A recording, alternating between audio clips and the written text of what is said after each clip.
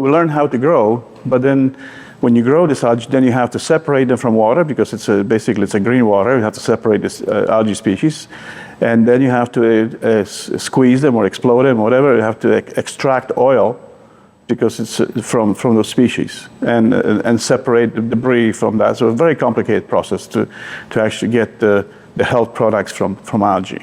It was like a 7-step process, but it's doable, okay? Because we know people who are using DSM was the one that was leading and still does leading in this field.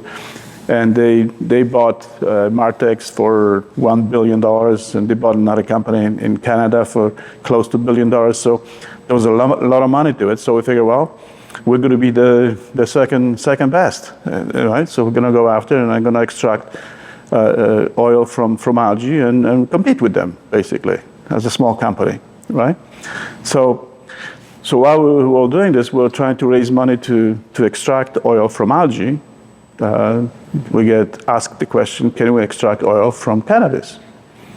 We had no idea, right? We never looked into this. I know that cannabis was legal in Canada, but it wasn't our interest in this. But after this question, we looked at it and said, yeah, it's much easier, single step.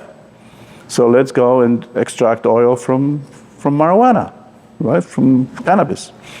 But then we look around, and everybody's in this game. Suddenly, we realize, this is stupid. It's like a commodity market. We don't want to be there, right?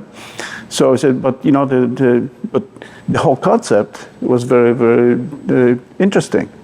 So he says, you know what? Let's go after research. Go the other way. Everybody's going one way. We go the opposite way, and we spend the money on research.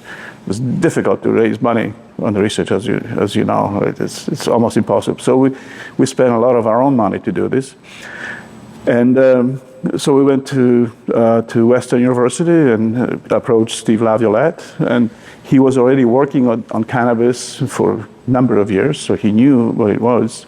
It was easier for him to talk about how we can implement our science to his science, and he liked the idea of expanding, right?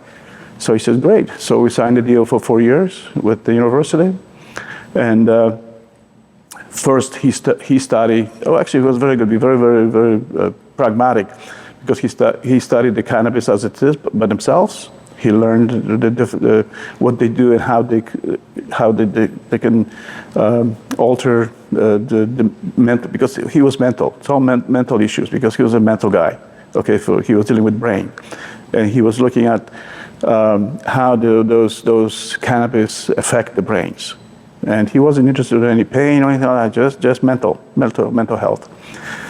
So we had he actually had one for THC, very, very interesting product that we actually patented, which is a safer alternative to THC. Basically, we can eliminate all the problems with the THC, including addiction, with the first one.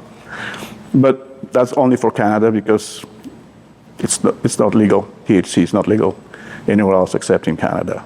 So the next product, the CBD, is much more widely used, because it's getting approved almost everywhere in the world. So we believe that CBD-based formulation can have a much better marketing approach, and that's what we concentrate on right now.